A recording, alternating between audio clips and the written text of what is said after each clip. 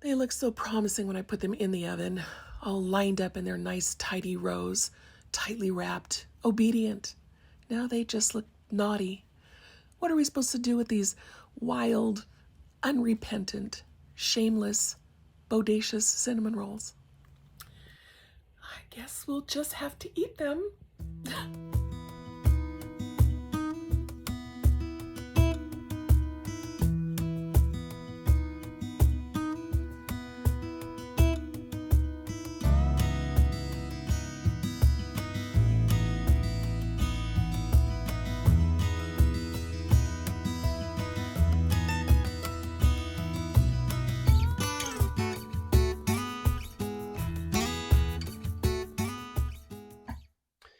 So as you can see, it's snowing around here and it's about time, let me tell you. I wait impatiently every year for the first snowfall. And what I'm going to show you today is one of our traditions that goes back 38 years to the very first winter that Dave and I were married. We were living up in Bellingham, Washington, going to Western Washington University. That's where we met. And on that first snowfall, I thought I would just surprise him and make him cinnamon rolls. And he loved them. And then about 2 or 3 weeks later, we had another big snowfall. And as soon as he saw those flakes coming down, he turned to me and said, "Are you going to be making cinnamon rolls again today?" So I guess that's how that started. But over the years, I've it's settled down into where I will always do it on the very first snowfall.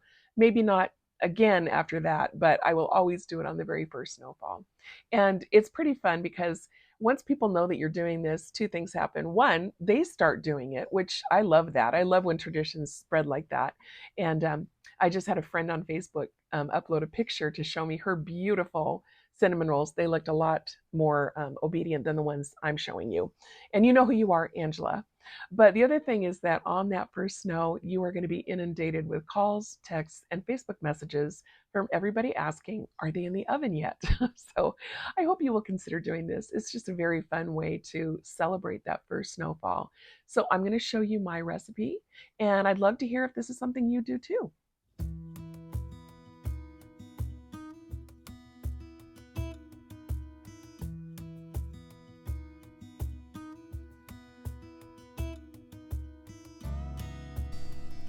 I'll show you how you can test your yeast to make sure that it is viable, because it can go flat on you and then you will have wasted all those beautiful ingredients, and we don't want that.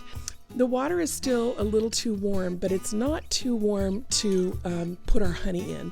I'm not going to put very much in.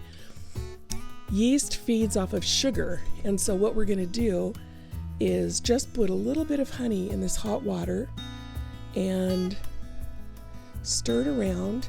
And then when it's cool to the touch, I don't mean cool like, cold. I mean you can put your finger in it and you don't think it's hot, then you can test your yeast with it. You don't want to do it too warm because that will kill the yeast. So we're just going to wait a few minutes and I'll come back when I think it's the right temperature. Okay, we've cooled down enough that I can test the yeast now. So I'm just going to sprinkle, first I'm going to spill a little bit. I'm just going to sprinkle a little bit over there. I don't need much. And then you just want to stir it around. It's not going to dissolve completely, but you're just trying to incorporate the ingredients a little bit, all the elements. And then we're just going to let that sit for 5 to 10 minutes, and I'll show you what we're watching for to make sure that the yeast is good. While that yeast is proofing, we're going to add 3 1/3 cups of flour to a stand mixer or a bowl if you're going to do this by hand, which is perfectly fine. I did that by hand for many, many years before I got a stand mixer. To that, we're going to add 1/3 of a cup of sugar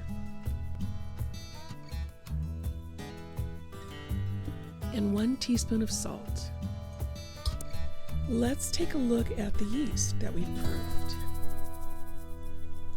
You can see how it's bubbly and foamy. That means it's alive. So we are good to go. So we're not going to do anything with this. This was just for us to make sure that the yeast is good. We're going to set that aside so we don't accidentally put it in our dough. So to that barely warm mixture of milk and butter, we're going to add 3 teaspoons of yeast.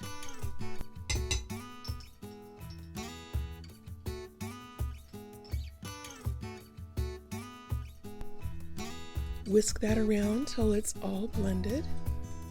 And then to that, add 1 egg.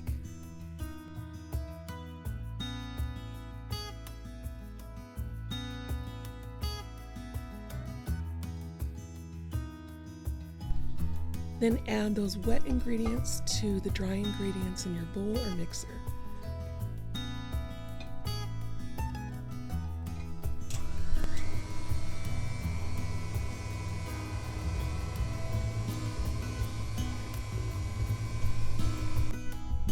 So it hasn't quite cleaned the entire bowl, but I'll be honest, I would much rather it was a little bit sticky than to add too much flour. So I am going to call this good.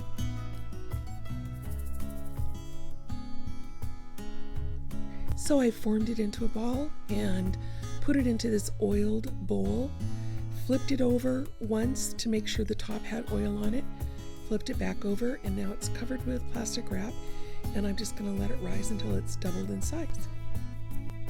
Here we are a little over an hour later, and the dough has definitely doubled in size. So now we're going to remove the plastic wrap and punch it down.